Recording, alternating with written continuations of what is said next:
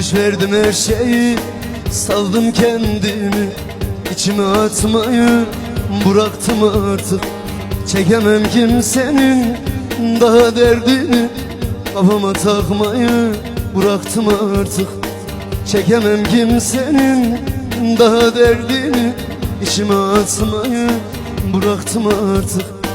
Canımdan çok sevip bağrıma bassam, İnsanoğlu nankör, boşa ne yapsam. Zaten kaderini yaşıyor insan. Kafama takmayı bıraktım artık. İçime atmayı bıraktım artık. Canımdan çok sevip bağrıma bassam, İnsanoğlu nankör, boşa ne yapsam. Zaten kaderini yaşıyor insan. Kafama takmayı bıraktım artık. İçime atmayı bıraktım artık.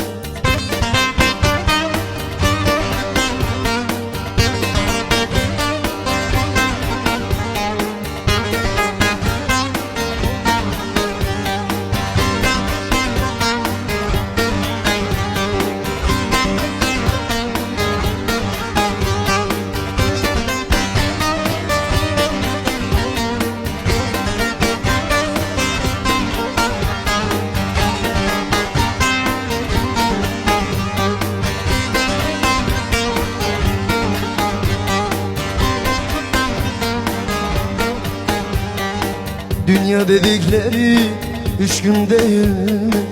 Biri gitti yarınları belli mi?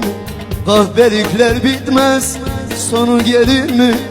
Kafama takmayı bıraktım artık.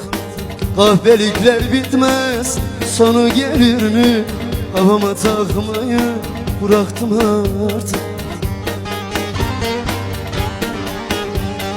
Canımdan çok sevip bağrıma bassam, İnsanoğlu nankör, boşa ne yapsam. Zaten kaderini yaşıyor insan.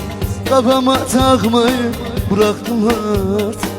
İçime atmayı bıraktım artık. Canımdan çok sevip bağrıma bassam, İnsanoğlu nankör, boşa ne yapsam. Zaten kaderini yaşıyor insan. Kafama takmayı bıraktım artık. İçime atmayı bıraktım artık.